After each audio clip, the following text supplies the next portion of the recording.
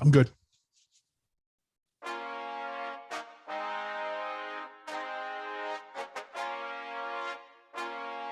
Welcome into the Awesemo.com MMA Live Before Lock shows. We're here to get you ready for this afternoon's UFC Vegas 56, which begins in just under 1 hour from now, live for the UFC Apex there in Las Vegas, Nevada. Of course, the entire fight card will be on ESPN plus 6-fight main card. We'll start 4 p.m. Eastern time, so we'll be here for the next hour to break this one down for answering any questions that you do have here on the show. Of course, we're sponsored by Prize Picks later on in the show. We'll talk about some of the props over there at Prize Picks, as I was getting all my Prize Picks plays in here right before the show. Of course, as always, I'm joined by the fighter Pete Rogers Jr. Good afternoon, Pete. How you doing, brother? Well, what's going on, man? It's fight day, and I cannot wait. Not the card that I'm necessarily looking forward to, but it's fights, and I can't wait. And of course, we're going to break this one down for you. Of course, you got any questions, start lining those up in here in the YouTube chat. You can also line those up in the Discord chat as well. We'll get to those as we do go forward. Of course, the weigh-ins took place yesterday.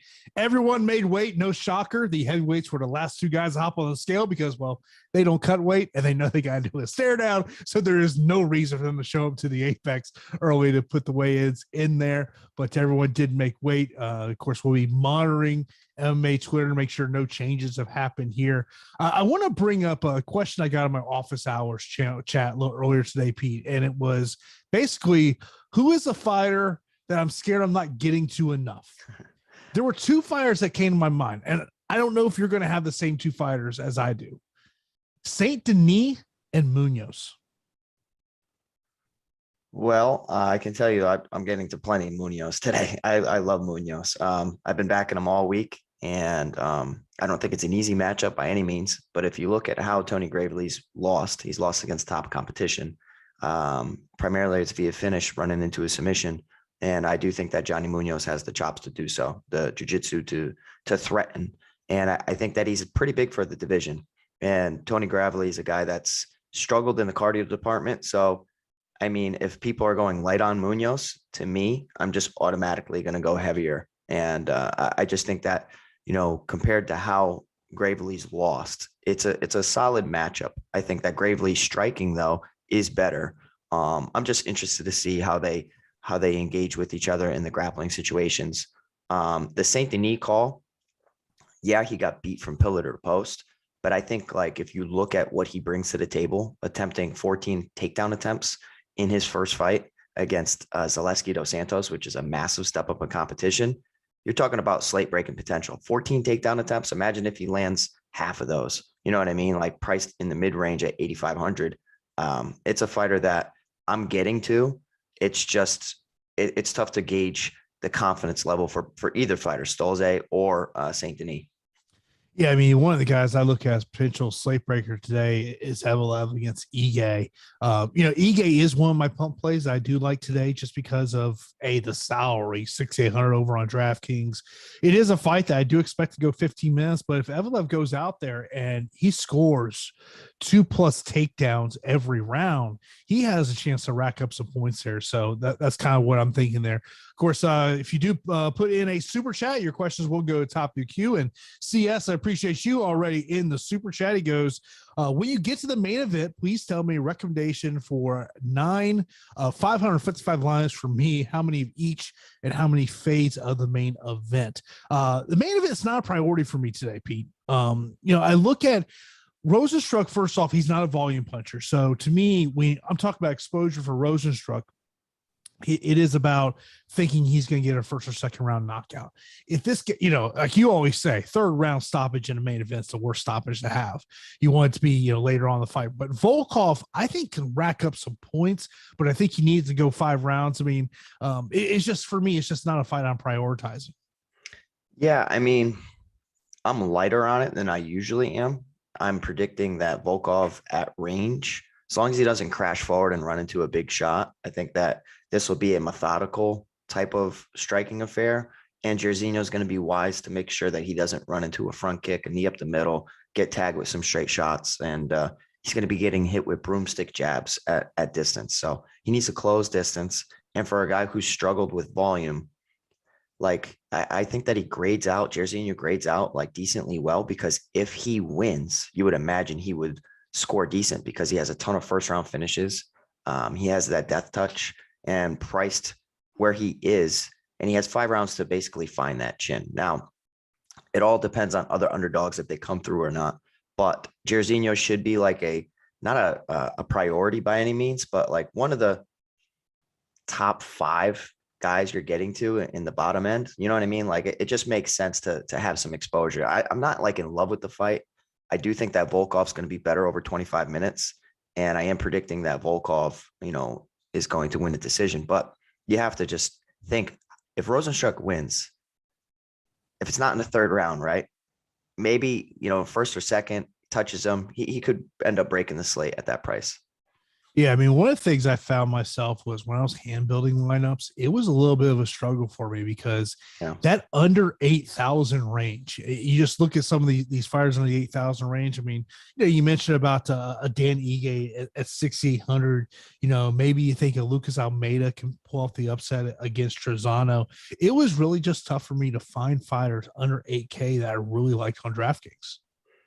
Yeah, I mean, it's a tricky spot. I mean, if you're not a Munoz believer like I am, then it's like, okay, where are you going to go? I mean, Stolze hasn't looked good in the UFC thus far. You have some debuting fighters, a bunch of debuting fighters. You have Almeida going up against, a Ultimate Fighter winner, where, Trezano has been lackadaisical with volume.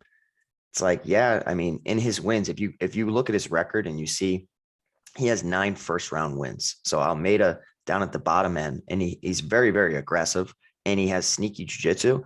It's just he's lacking in the wrestling department. If this is a striking affair, I think Trezano will be the more crisp striker, but he could outvolume Trezano if Trezano really doesn't increase his volume. So it's like, I don't hate getting to a little Almeida today. It's just, man, for a debut going up against the guy who's, I don't think that Trezano's all that great, but a somewhat like, I don't know, disrespected a little bit because like he did go through the Ultimate Fighter, you know what I mean? And he doesn't have any notoriety attached to his name. So it's a tough debut for Almeida, but I'm getting to a little bit of him. Of course, this is the also MMA Live for Lock Shoulders. Get you ready for today's UFC Vegas 56. Of course, be sure to smash that thumbs up button right here on YouTube. And if you're not subscribed to also on YouTube, be sure to do that. Hit that notification bell so you know when the show is live here on the channel. Of course, I come up here later on today, 6 p.m. Eastern time. You got MLB Live before Lock to get you ready for tonight's MLB slate. Of course, the guys are on before us. We're breaking down that MLB slate. And if you're not also a Plus member, you want to get a peek what's behind the paywall, today's free premium day and tools, our MLB main slate ownership projections and UFC pro play. So be sure to check that out over at awesemo.com. Looking at, you mentioned about Trezano. I don't like getting to Trezano there just because of what we've seen from him. But if you're looking for a leverage play, there's 2 guys I'm looking at, say, at the top of the field here. He's one of them. And the other one, I'll tell you, I'm surprised he's not getting higher ownership, and that's Ode Osbourne. Yeah, I don't necessarily understand like Ode Osbourne not getting a lot of attention on this slate. I think everybody's kind of desperate for an underdog, so that's why they're going to get to Adeshev. And I think Adeshev can win over 15 minutes. He has good kickboxing, and he has some sneaky takedowns.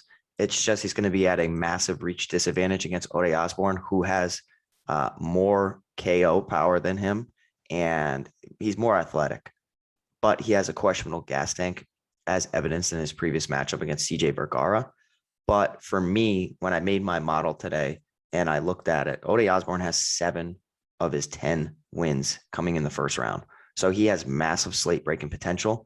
And he kind of grades out as one of the guys that I think is going under owned for his potential on the slate. And, we did see Zaruk, get planted by Tyson Nam, and that was a very tough debut for sure.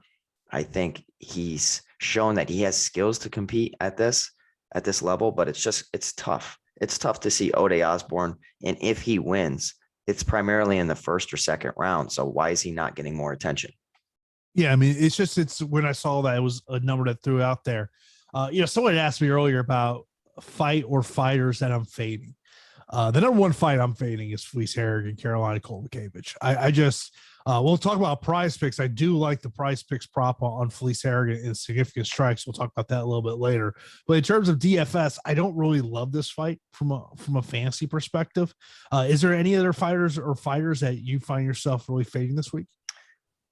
Well, I will say that like I'm lighter on some of these 9,000 fighters than it makes me feel comfortable. Like obviously Trezano's going to be almost like a fade for most people. The Carolina and Felice Herrig fight is just a fight where it's a head scratcher and there's too many unknowns and volatility and variables to really take into consideration. So like outside of having minimal ownership, I don't want that headache.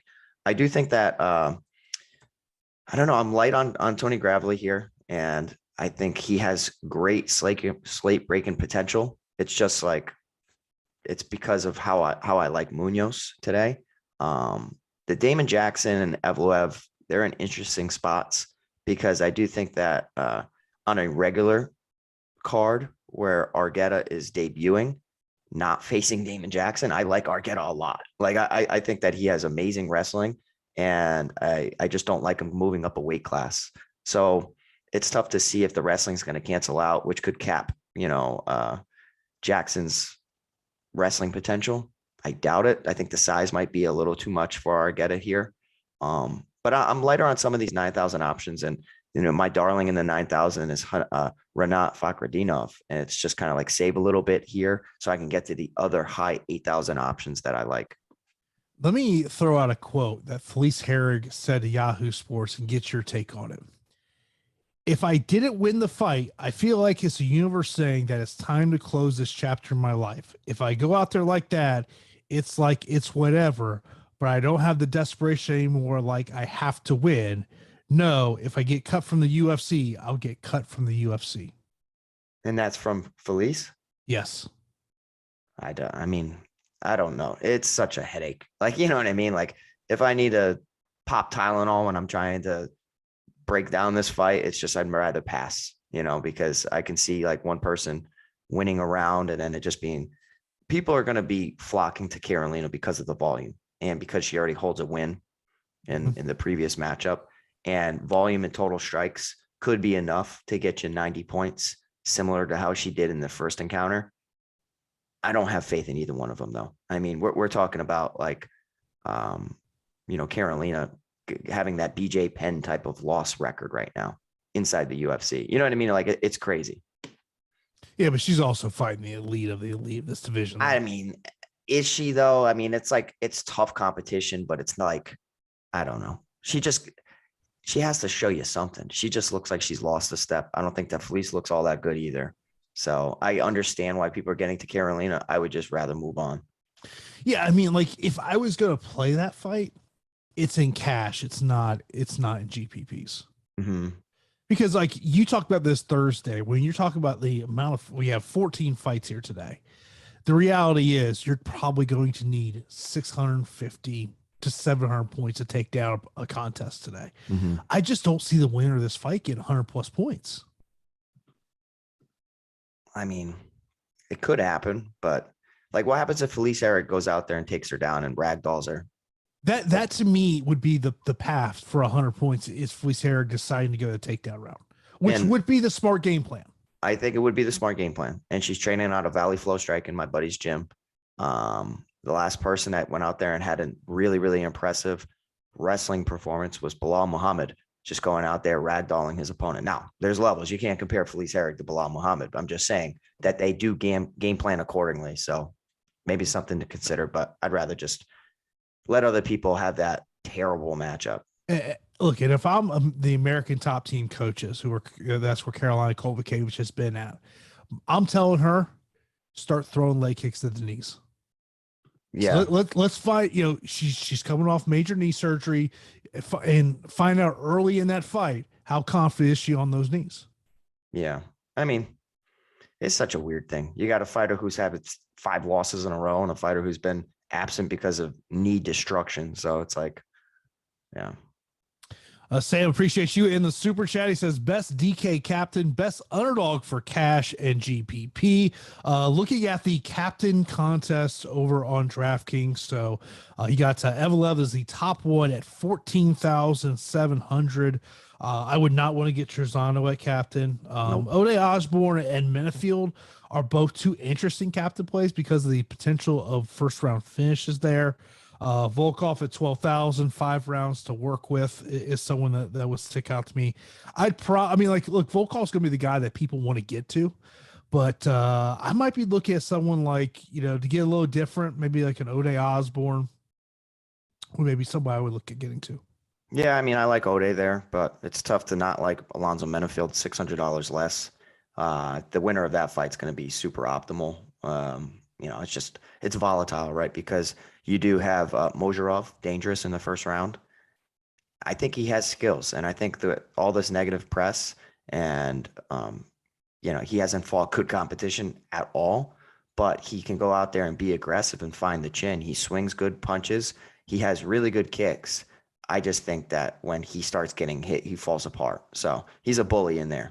If he can bully Alonzo Menifield, then it's not going to work out well for Alonzo Menifield, who doesn't have the best gas tank. But I think if Alonzo goes out there and just has zero respect for him, he'll run right through him. So 12,600 in the captain spot. I think you got a nice round one play right there. Now, when it comes to best underdog for cash, like when I look at all the underdogs today, to me, the fighter has the most skills is Dan Ige. But I have massive concerns that he just gets taken down over and over again. Outside of a Dan Ige play, I did find myself getting a Lucas Almeida a good amount. Other ones that I would say maybe look at an Alex Da Silva. Zalga Samugov, I think, is another one underdog that would stick out to me. Yeah, I mean, like, it's ugly down here, but anytime that somebody has wrestling upside, then you have to, sprinkle them in a little bit more. And I think that if Zalgas goes out there and implements the correct game plan, we've seen Molina get taken down, and we've seen Molina, not get ragdolled at times, but he can get controlled and he can lose rounds. I don't like going against James Krause. I think that Molina has the striking edge in this situation. Zalgas will have the wrestling advantage. In training an American Top Team, you would like to think that they've been reinforcing that, especially since you've been coming off of a bad loss. So it's like, go out there, get a safe win. 7,200, it's going to be Zhalgas Zhumagulov for me. But like at the top, Johnny Munoz, I keep saying it. Like, I like Munoz. He could lose the fight, but I think it's a competitive fight, and it's a coin flip of a fight. But I just like his skills in this situation. I think that he might be the bigger fighter here.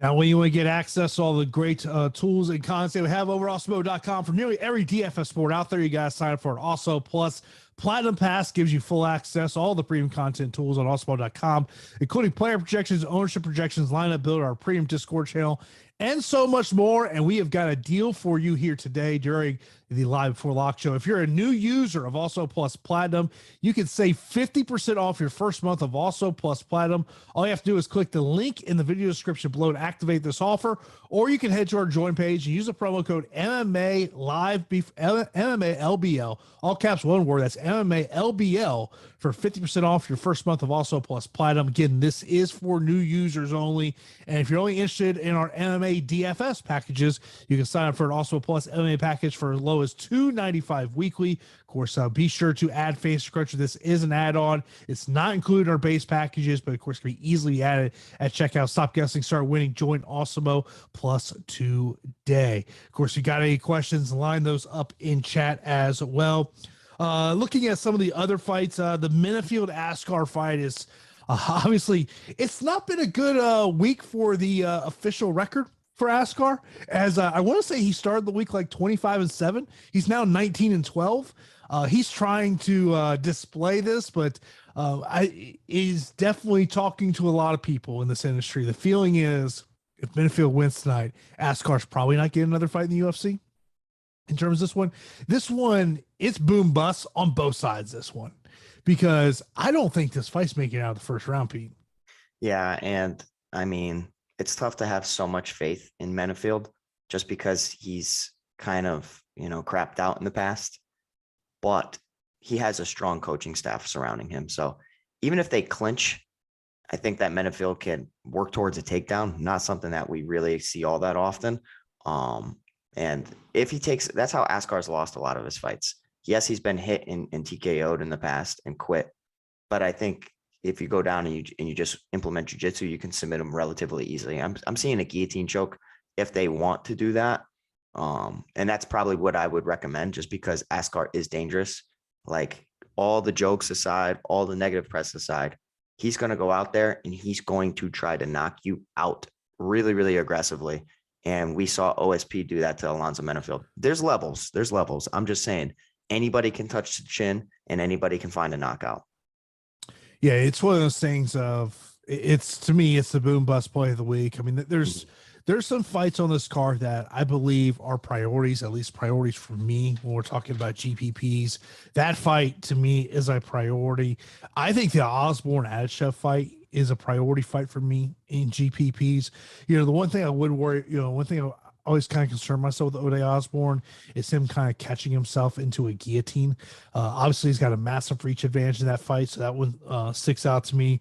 The Andreas Hanot fight to me is another one. Gravely Munoz could be a kind of an under the radar GPP fight just because of the pace of the fight. Yeah, I think it's just going to be tons of reversals, takedown attempts. One of them's going to implement takedowns. Gravely is usually the superior wrestler in a situation, and I think that he should be the superior wrestler here. But the size of Munoz and the scrambling ability and Brazilian Jiu-Jitsu acumen is just going to threaten Gravely at all times. And Gravely can get put on his back and reversed. And I just like the submission attempts from Munoz. So that's like a fighter where I see a finish under the 8,000 range. Like some of these other 8,000 fighters, it's like, yeah, Mozharov can get a round 1 KO, but it's probably a 10 to 20% play if you want to be like, predicting how often it's going to happen. Other than that, we're probably banking on a lot of decisions, a lot of these underdogs to win squeaky decisions. And I don't know. I can see Munoz submitting Tony Gravely today. Next up, missed this question from Discord from Sniper Fest. He goes, you might already talked about it, but Ige seems way too underpriced, right? I would say he is underpriced. I think this fight is closer than what the salaries are and what the betting side of this one is. Mhm. I mean, look, Evelev should be the favorite, no question about it. My concern on the Dan Ige front is we've seen him, especially, go back to that Mirsad Bektik fight where he was, Bektik was able to score multiple takedowns. That one, that's the one that kind of concerns me. If Ige can keep this fight on the feet, I do, I think it's a punt play for me. The one thing that Ige said this week that I found really interesting is that he believes that Evelev fights in a way where if he believes he is a better striker, that he's going to keep the fight on the feet.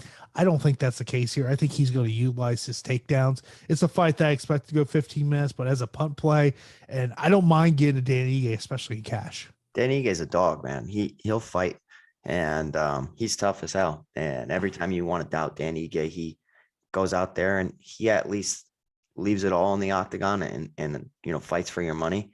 I just think that he can get taken down and controlled, which is my only worry, because truthfully, my initial reaction is like, ooh, I like Dan Ige because the odds seem a little too wide.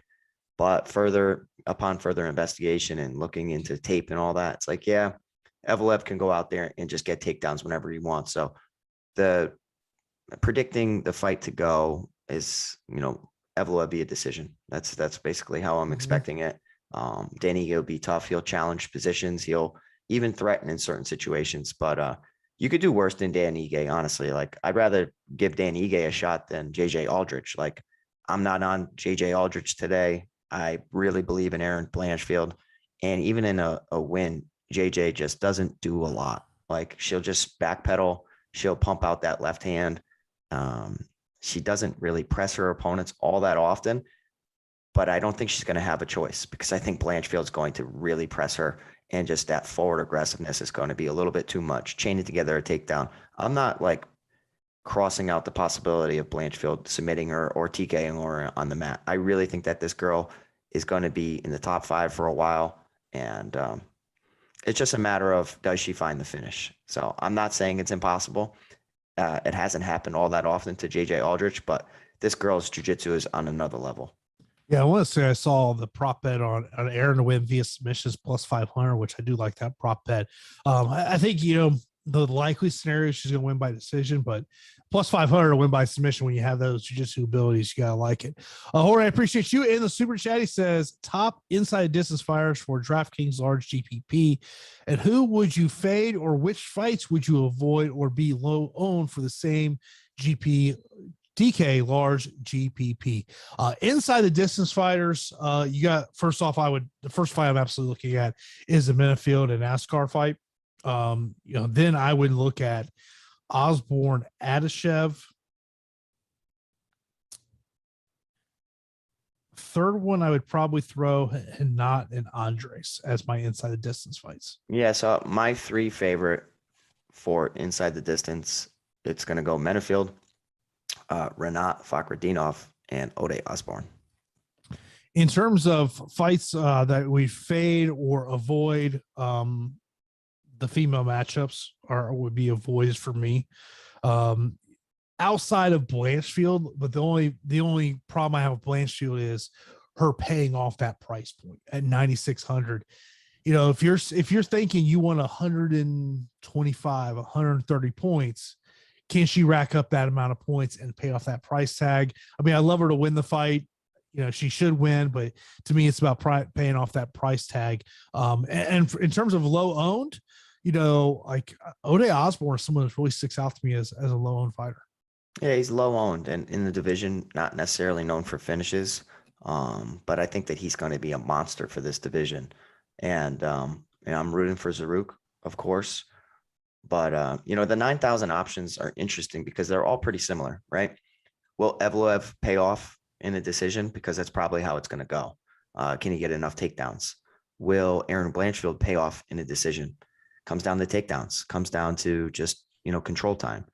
What about Damon Jackson? Facing another talented wrestler, but a guy who's coming up from a smaller weight class, and Argueta. I'm telling you, this kid Argueta, if it wasn't against Damon Jackson, he would be my play of the week, the underdog play of the week, because his wrestling and just tenacity is great. And he just goes to the takedown well over and over and over. You threaten him with, submissions, he'll scramble, he'll get back up, and you'll start trying to chain together another takedown. He kind of walks forward with his hands relatively low and gets punched in the face a lot. But like Damon Jackson being such a heavy favorite, I get it, but I don't necessarily trust Damon Jackson. Like you know what I mean? Like, I don't know. I don't trust his chin. I don't trust his striking defense. And like, sometimes he can get controlled on the mat. So all that gets canceled out though, because Argueta's coming up from a small weight class. So yeah, I understand the price tag on Damon Jackson, but man, the odds this week are a little too wide at the top. And Dan fought a month ago, 25 minutes, how to fight an LFA. That's also a concern for me. Of course, this is the Awesemo MMA Live for Lock shows. We're getting you ready for UFC Vegas 56, and we are sponsored by Prize Picks. They have their daily prop-based contests. And of course, use that promo code Awesemo for instant first match deposit of up to $100. Use your knowledge on multiple sports with cross sports entries. I was doing that last night with MLB and NHL. And as I look at today's slate over on Prize Picks, Pete, I'm going to first off talk about significant strikes. I like the over on Felice Herrig, 67.5 significant strikes.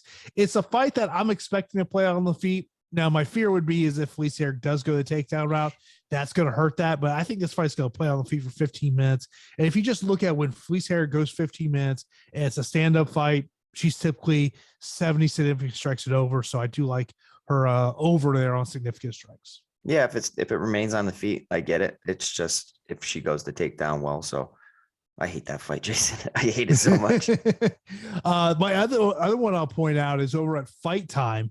And that's Alexander Volkov. It is 19 minutes. This one has not changed all week.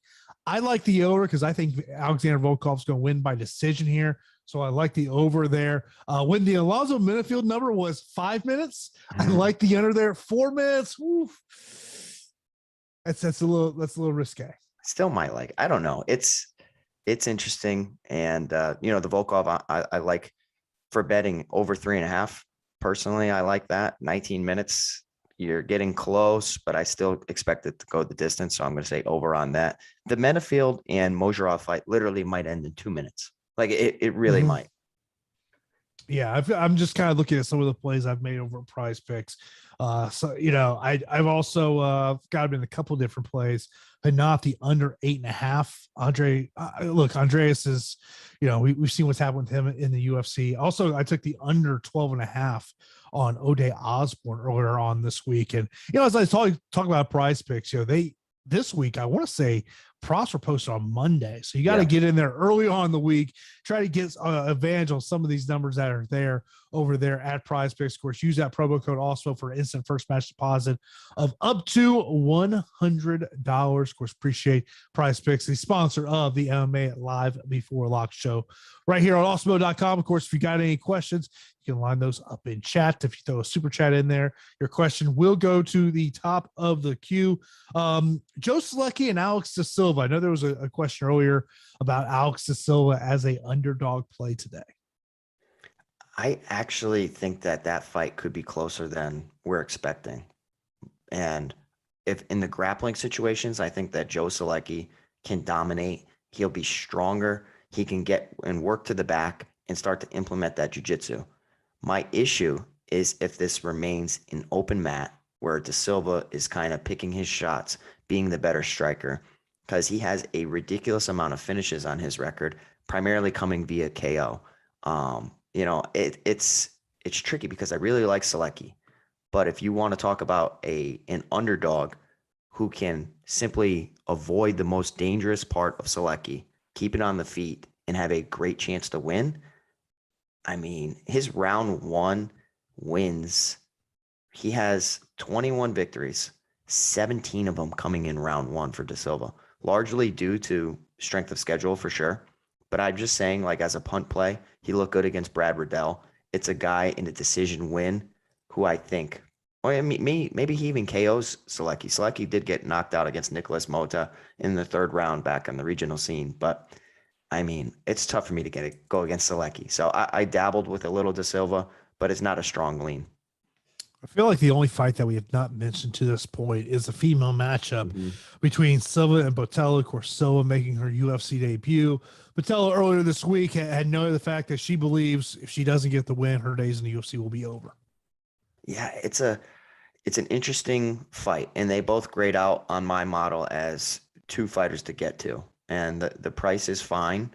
Botello, I said it earlier. I said it really sounds like armbar from guard. Like that's what we could probably expect here. Silva's really, really dominant in her wins. She has 10 round one wins, which is ridiculous. 4 round two wins. So round one and round two are like are gold for us DFS players. That's what we want.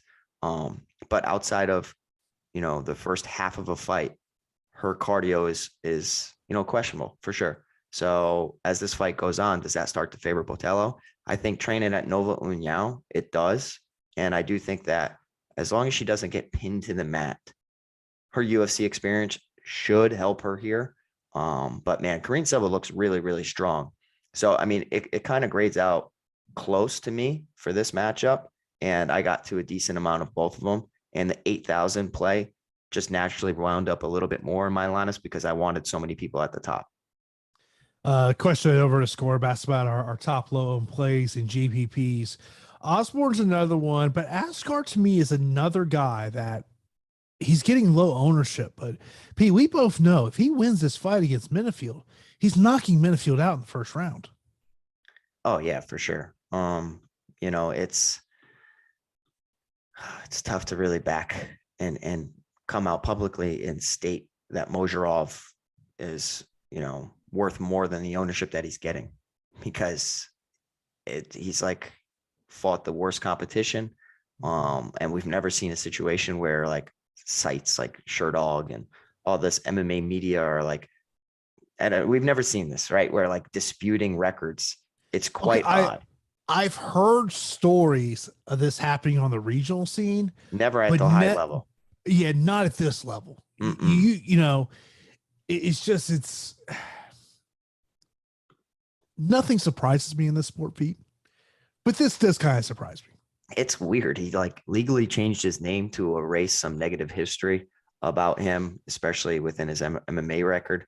Um, it's just strange. But I'll tell you what, a lot of people are just hating on him for the simple fact of that. My buddy Josh says that he thinks leg kicks could be huge against Menefield, and he kicks damn hard and he spins to the body, spins to the head.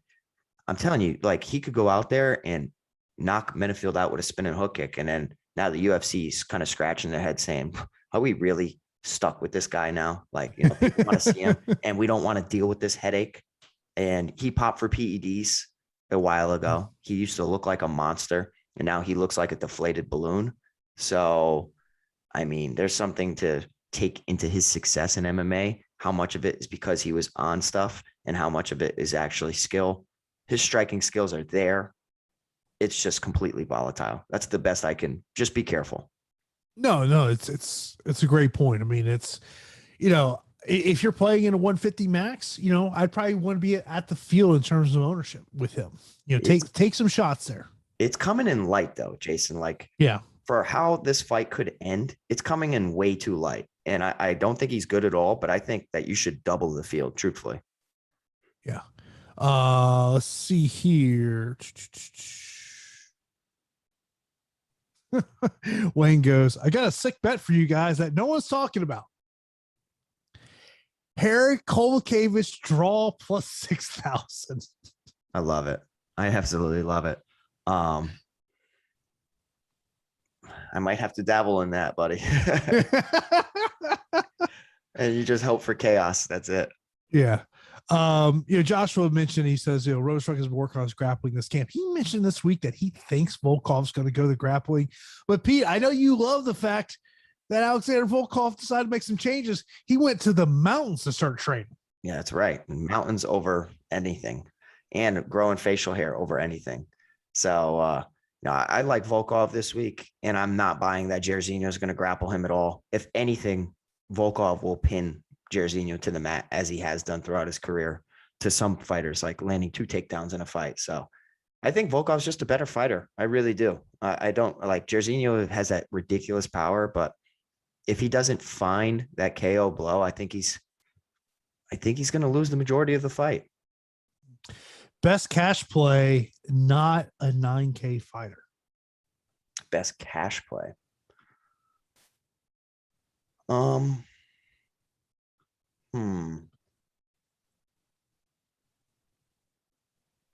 mean,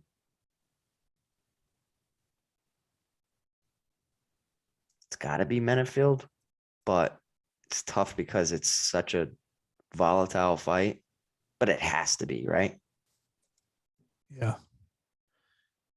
That's you know, all. Menefield, Osborne. I keep sitting there thinking, am I just not getting enough of Saint Denis? I like Saint Denis. I mean, he's a punching bag, but man, he was super tough. Fight should have been stopped. Shot 14 takedown attempts. He's strong. His hands being low is not good. This could be a situation where Stolze touches him, puts him out. Not necessarily the most prolific finisher, but Stolze is pretty sneaky skilled. I don't think that he's shown his best inside the octagon. I think that getting to Stolze is fine, but anytime you're on your back, you're losing a lot of in the eyes of the judges. So he has the slate breaking potential. So I got to a fair amount of Saint Denis, but it's tough to really gauge until you see him in another bout. Better underdog, De Silva or Almeida? Ooh. Let me see what my model likes better.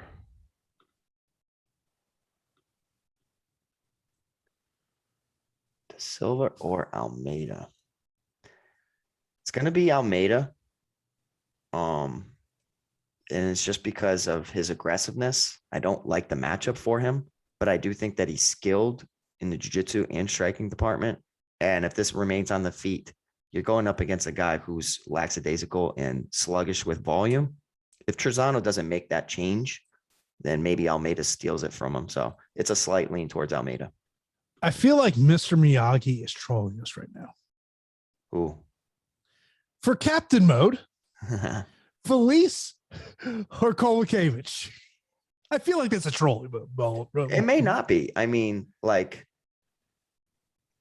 I would have to say Carolina because of the volume, but like Felice has that takedown city possibility potential. It's just Carolina's training at American Top Team. You would imagine she's doing wrestling rounds, Steve Mako and the entire team there. So, God, go Carolina, I guess, or just save your money. Or start over. Yeah, start clear that build.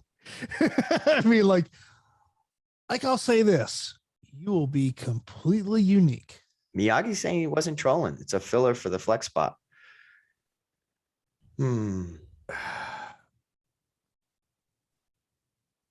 I would go Carolina over Felice, but I could see Felice trying to go the takedown route. Oh, Matt. I thought he meant in the captain spot. Oh, that's what I thought too. No. Just in the captain mode. Okay, gotcha. Yeah, that's much more appropriate, much more fair. I would say Carolina then. Yeah, I would still go Carolina.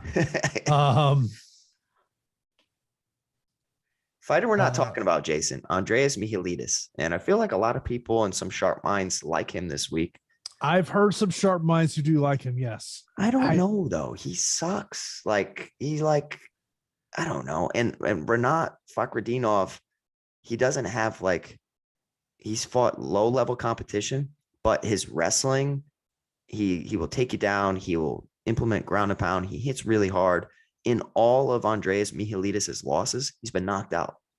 So going up against a guy who has a ton of round one wins, Renat has 12 round one wins of 18 victories and 4 round 2 wins. So that's 16 of his 18 wins in rounds 1 or 2. It just seems like a recipe for Renat to go out there and put together a strong performance, especially training at American Top Team. But like Andreas Michailidis, how's he going to win? On the feet? A decision? Going to grapple? I don't think he's going to out grapple Renat. I would be surprised, but I don't know.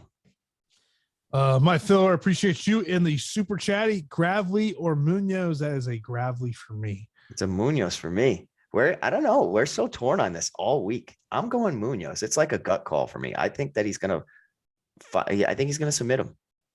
And I'll tell you, when it comes to the betting public, that number has been coming down on Gravely all week long. Right now, it's anywhere from minus 120 to 125. He opened up at minus 150. I mean, people love Munoz today, but I like the Gravely. Over a mess we have in Discord was basically saying, should we be going 100% Alonzo Menifield? I would not go 100% Alonzo Menifield because we have seen, some questionable things he's done in the octagon. But I would probably say I'd want 80% on that fight. It'd probably be 60 Menifield, 20 Askar. Okay, that's fine. That's fair. Definitely don't do 100% because Menifield his cardio looked better in his previous fight, but I don't know. That's almost like trusting heavyweights. And I don't know. You got to be careful. You got to be careful with that. Don't do that.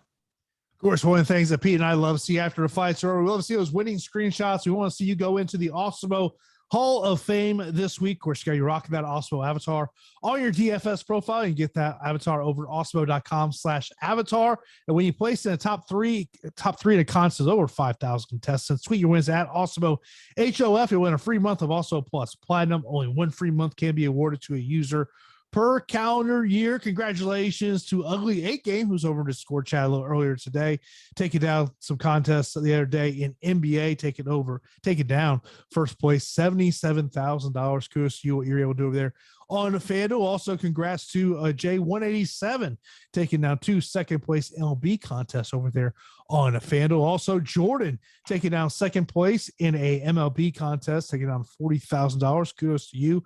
Then you had Tail taking down $1,500 in a contest over on DraftKings, and Monk taking down $500 in a contest over there on DraftKings as well in MLB, and LS Dom taking down first place in a captain's contest over there on DraftKings for NBA. So kudos to everyone that's gone into Osmo Hall of Fame. Love to see you go into Osmo Hall of Fame today. And of course, be sure to send us those winning screenshots. Of course, be sure to tag at Osmo HOF on Twitter when you tweet out those winning lineups.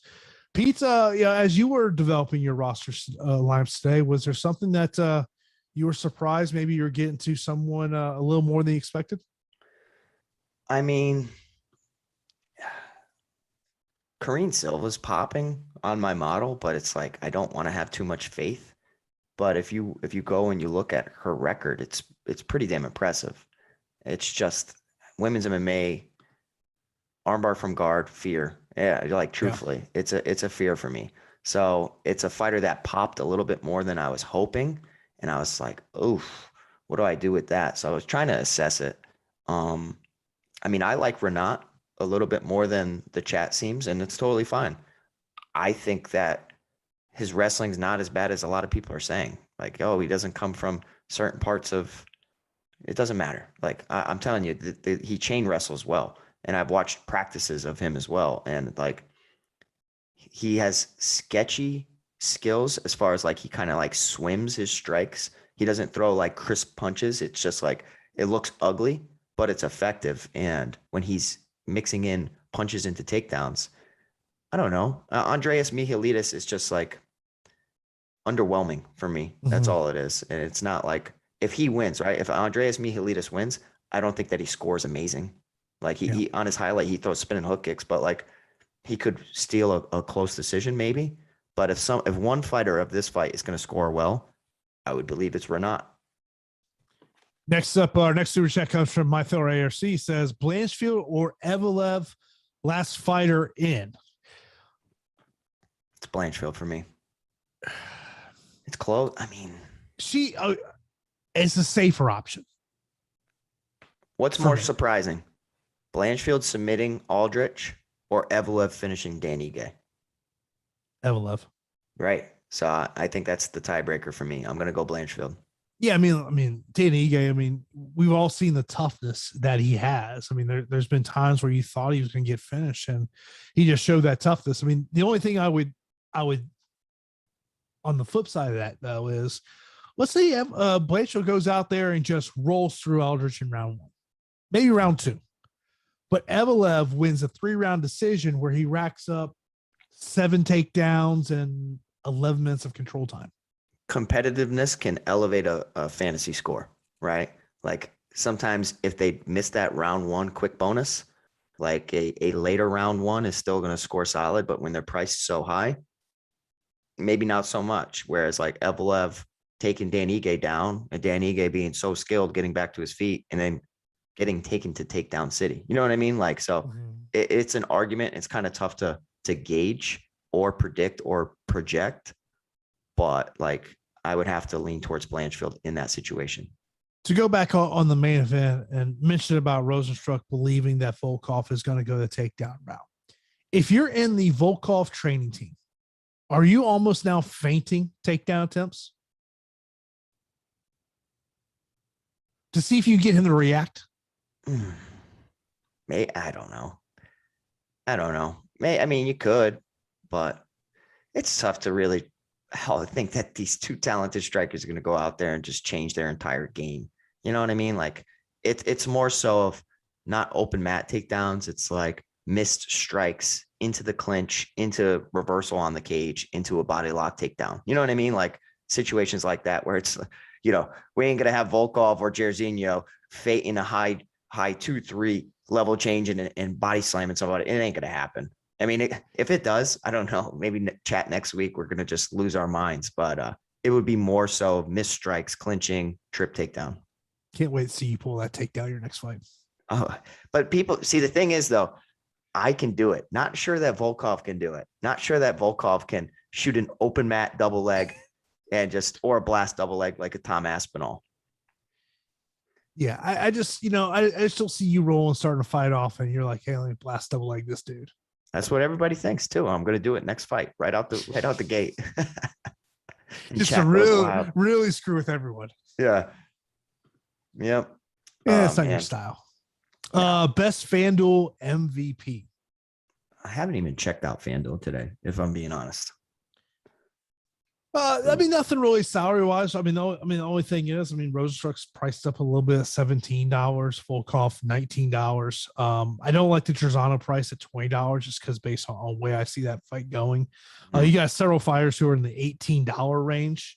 You know, Blanchfield at 22. If you think she's going to roll through Aldrich and get the finish, Hanat at 20, Molina 18. Molina could rack up some points with a ton of volume.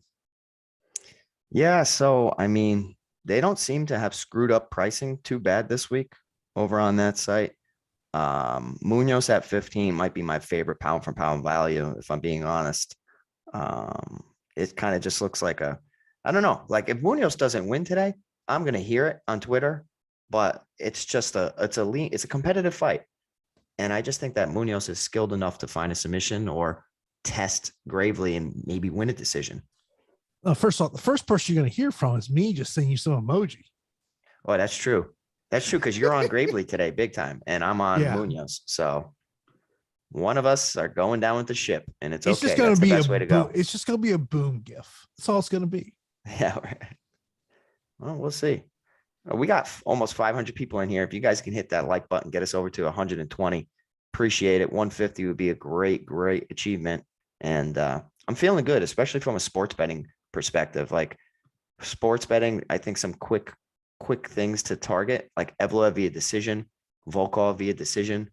You know, I think that those two are pretty safe, and they're getting steamed. The under in the Menafield and Askar fight, as Jason alluded to on our Odd Shopper video, I think that tons of money has come in on that. Yeah, it's the betting public, they love Munoz today. I mean, that line just continues to keep on moving. Main event, you either go dog or pass, or can Volkov score 100 plus points? That's a tricky thing that I was trying to project as well. Is like everybody's just thinking like it's a Jairzinho play and move on because Volkov doesn't do enough in a win. Why can't Volkov knock Jairzinho out? Well, how much that's a recency bias also? You remember last time you saw Volkov? Yeah, exactly. Everybody's down on Volkov because my boy Tom Aspinall hit the most gorgeous double leg takedown and submitted him. But it's also the Tybura fight, right? Where he just looked flat, didn't look amazing. But I do think that in a striking fight, he doesn't have to worry so much. Against Tybura, you're hesitant. You're like, if I throw, I can't throw my traditional combinations because A, I don't want to slip on a kick. But B, I also don't want to get timed incorrectly. So I think we might see some of the best Volkov tonight, or maybe he gets knocked out. But I'm leaning towards some of the best striking from Volkov en route to a decision victory. Yeah, I mean, look, it's with Rosenstruck. The one thing that always concerns you with Rosenstruck is the fact he just does a ton of volume. That's the thing that scares me about him. I mean, obviously, you love the knockout upside that he has. But for me, it's more about the fact of he just doesn't throw. Mm-hmm. Yeah, I mean, he's relatively immature in his MMA career as well. Like he's lost to 3 great fighters. But like Volkov's, so much more savvy in the, as a veteran. So I think that he's just had way too much MMA experience. Things get tricky. He'll take Jairzinho down. I'm pretty confident that he might attempt one takedown tonight. And using that length to his advantage to keep, to not allow this fight to become a phone booth fight. If it becomes a phone booth fight, yeah, Jairzinho's got a great shot to pull off the knockout. But to me, I just look at it and say, give me Volkov wins by decision. Yeah, agreed. But I don't like, in terms of DFS perspective, I don't mind fading the main event. I think getting to 20% of each is fine. Full fade, it's a hell no. But Jairzinho's coming in probably, I would imagine 35% ownership or something close to that. So you got to make a decision. Are you going to be level with the field and he finds a KO, and the worst part about it, Jason, is because you got to sweat the whole night. So like, you're like, oh yeah, all my underdogs came through. And then you got to hope that Jairzinho just doesn't find that chin. Yeah. I mean, that's why, but you have so many fights. I am shocked, absolutely shocked. No one asked a stat question. I thought about it, but I'm not going to stack the main event. I wouldn't stack the main event. No. Only thing I could see is maybe the Damon Jackson Argetta fight as a stack, just because of wrestling takedowns and reversals, because of their wrestling acumen. But I don't suggest it. No, I don't suggest it either. Of course, we're just under 2 minutes here away from lock here. Any final thoughts before we get ready to watch these fights, Pete? No, I mean, it's fights. It's early fights. Love to see that. But, best of luck today, everybody. And maybe Josh saying he would stack Ige in cash. It's not a bad play. It's not a bad play at all. I mean, his skills are definitely not being displayed with the odds or his salary. Yeah, look, and of course, this starts a 12-week run for the UFC. So you got me and Pete here for the next 12 straight Saturdays. Love it. Actually, I shouldn't say I'll be here next 12 straight Saturdays, because like those last 2 Saturdays, they get into the NFL preseason schedule, so I won't be here for those games. But what do you shake your head for? Nah, because we're gonna miss you, man. That's it. NFL season's almost here, man. Jeez. First road game's Nashville. I'm gonna have some fun. Oh, jeez. Pete, if you've never been in Nashville, you got to go, man. You know, it's crazy. I went to Tennessee and I hated it, but I don't know.